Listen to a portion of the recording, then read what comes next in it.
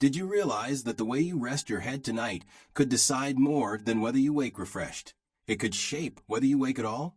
That may sound weighty, almost startling, but lean in and listen. Each evening, millions drift beneath their blankets, believing they're giving their mind and body a gift of rest. Yet what if, instead of healing, the brain is quietly struggling, crying out for breath, all because of the way the head leans on a pillow? Pause and think on this. Have you ever opened your eyes in the morning only to feel that strange tingling in your arm, or a pounding that rattled inside your skull, or a dizzy wave you couldn't explain? Maybe you dismissed it as age catching up. Maybe you blamed it on a restless dream. But what if, without knowing, the posture of your sleep was pressing against the very arteries that carry life to your brain, silently stacking the odds towards something as devastating as a stroke? I don't speak these words to scare you, but to sound a trumpet of warning. I've witnessed too much to stay quiet. Through the years, I've seen men and women lose more than sleep, simply because of how they slept. And that's why this matters. We're going to open the curtain on habits that seem harmless but can be dangerous. Things you may have done for decades without a thought. And more importantly, we'll see how small, faithful changes can guard the mind, protect the heart, and preserve the sunrise of tomorrow. If you, or someone you cherish, has crossed into those years beyond 60, this may be the midnight warning that saves a dawn. 1. The hidden risk of staying on one side. It feels cozy. It feels safe. For many, curling up on one side has been their way for as long as memory stretches. Yet here's the truth most never hear. Hours of leaning on one side can press down on the carotid artery, the very highway that rushes blood to the brain. And when that flow is narrowed even slightly, the brain is starved of its oxygen. I recall a man, well into his later years, who swore by his side-sleeping habit. Nearly every morning he woke with a tingling arm and a numb cheek. He laughed it off, calling it poor circulation. But the scans told another story. Plaque had gathered in that artery, and every night his position cut off just enough flow to place him in grave danger. A habit he thought harmless nearly became his undoing. It's not only the arteries, either. Staying pressed on one side can pinch nerves, strain joints, and leave whispers of trouble in the form of hip aches or that sleeping arm sensation. The answer isn't complicated. Switch sides through the night. Slip a pillow behind your back so you're not locked in one position. And if you share a bed, ask the one beside you to nudge you gently when you've stayed in one posture too long. 2. When your pillow works against you. Now let's talk about something so ordinary most never question it. The pillow beneath your head. Maybe you delight in a big, cloud-like cushion. But if it props your head too high, it tips your neck forward just enough to squeeze the vertebral arteries that climb up the spine and carry blood to the brainstem, the very command post of life itself. Picture this. Your head bent forward for 7, maybe 8 hours, as though you'd stare down at a phone all night long. That's what a high pillow can do. And when morning comes, you wake dizzy, foggy, maybe even spinning. I once knew a woman who adored her thick, heavy pillow. Yet each sunrise, she woke to a world that spun out of control. She thought it was vertigo. The truth? Her pillow was bending her neck just far enough to choke those life-giving streams.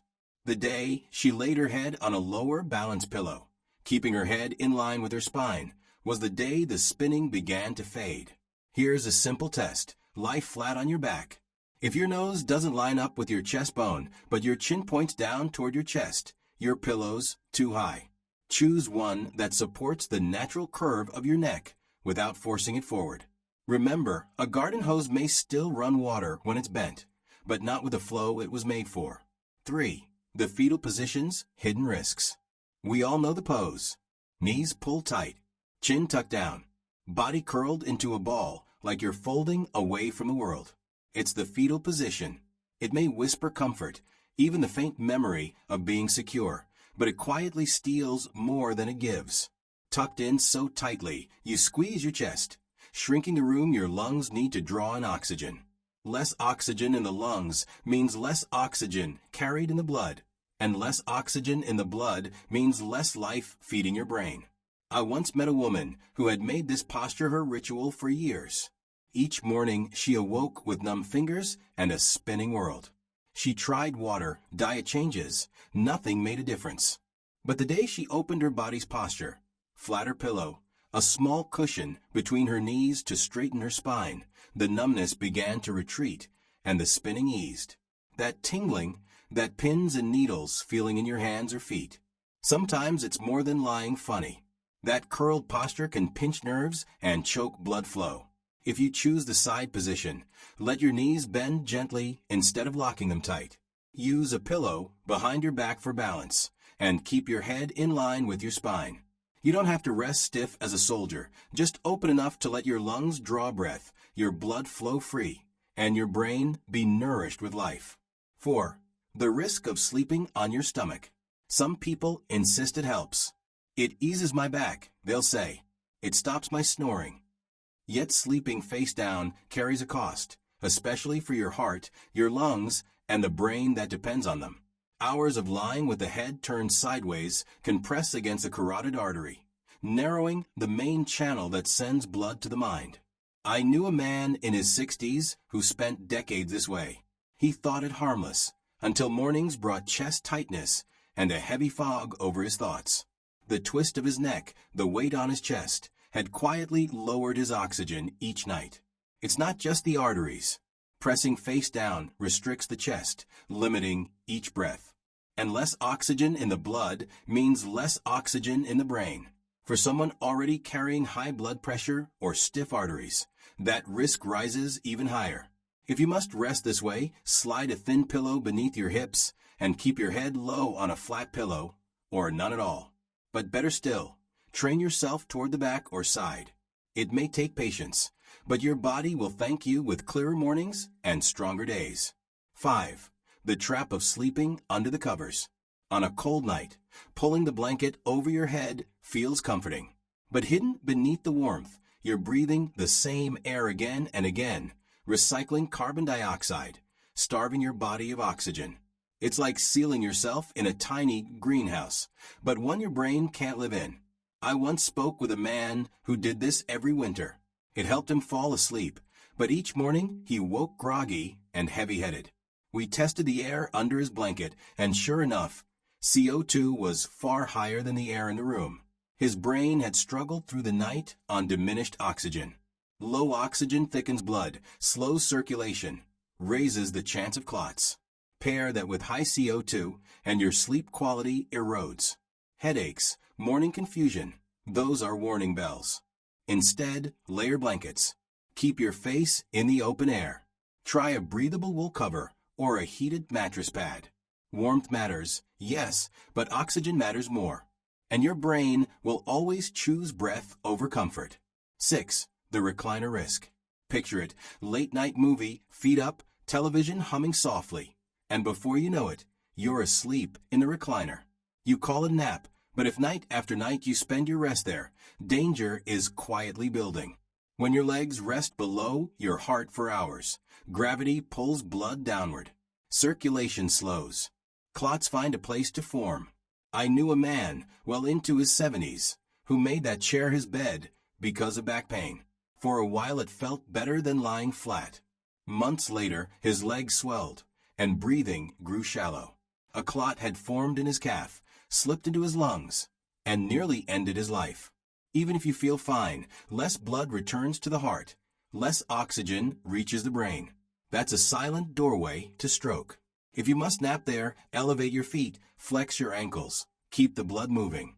But for true rest, your bed is still the safest refuge, flat, supportive, and designed for recovery. 7. Left versus right side. Not all side sleeping is the same. The left side has its benefits, but long nights on the right may quietly slow the brain's cleansing. Deep within is the glymphatic system, a night shift crew that clears toxins while you sleep. But pressure on the right side can push against the large vein, returning blood to the heart, slowing the flow, and with it, slowing toxin removal. One woman, nearing 70, had favored her right side for decades. Fog crept into her thoughts. Memory slipped. But when she shifted gradually toward her left, with the help of a body pillow, clarity began to return. If the right is your comfort zone, Try alternating. Support your shoulder and knee with cushions until the left side feels just as safe. This small switch may keep your brain sharper longer. 8. Cold air, poor neck support, and the brain's lifeline. Cool rooms can cradle deep rest. Yet when icy air meets poor neck support, blood vessels constrict. Around the head and neck, that constriction shrinks the flow of oxygen. I think of a woman who loved her window cracked open in winter. Each morning, she woke stiff-necked and aching.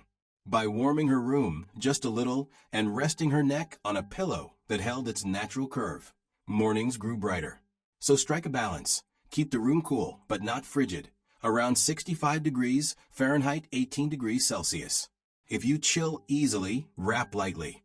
Most of all, cradle your neck's curve so blood flows unhindered. 9. Protecting your brain while you sleep. Sleep is not escape, it's repair. It's the workshop where the brain clears away toxins, restores strength, and renews clarity. And the way you rest, head angle, neck support, side, or back, decides whether that repair shop runs freely or gets hindered. The best news? The choice lies with you. Switch a pillow. Open your posture. Break the habits that steal circulation. Tonight, before sleep takes you, ask, is my neck supported? Am I breathing freely? Is my spine at ease? Those small questions may guard the health of your brain for years to come.